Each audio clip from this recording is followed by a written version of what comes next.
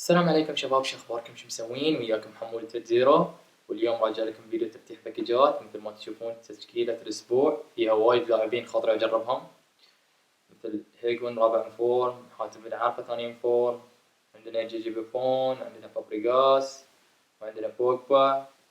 هاري كين يعني طاقاته خرافية بس مشكلته بطيئة يعني. نشوف بنحصل احد ما بنحصل احد. نفتح واحد ب15 اشتراك، نشوف شو يطلع لنا اول باك. ان شاء الله لاعب زين فوق 50,000.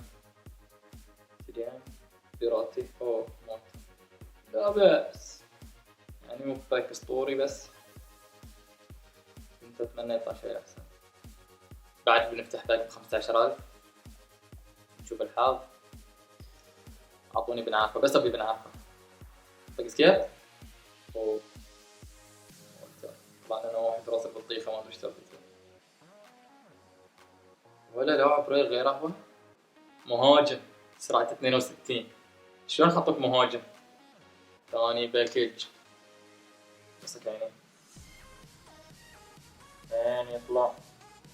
وين يطلع؟ اوكي ولا لاعب رير. اعطوني اوه بعد كان زين لو باك شو اسمه لون باك اعارة.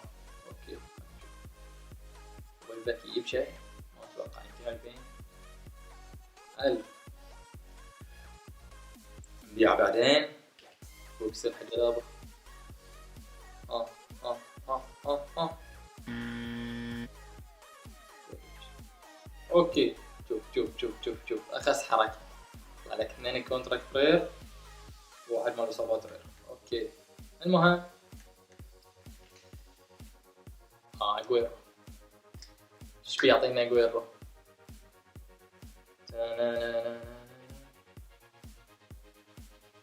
نويا تراب عندي اياه، اعطيتوني نويا.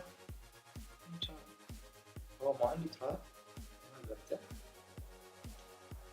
المهم خليه بالنادي بنحتاجه اكيد في المستقبل. نفتح باك ب15,000. شوف من بيطلع. اوه بولديز اخر باكج 15,000 خلاص. بعدين كل ما بفتح فوق 7,500. المهم ما بطيق سكيب بس يا رب ان شاء الله لا فوق 100,000. افتح ما افتح مارلوس مونتويا. افتح واحد يا رب يا رب ان شاء الله لا فوق 100,000.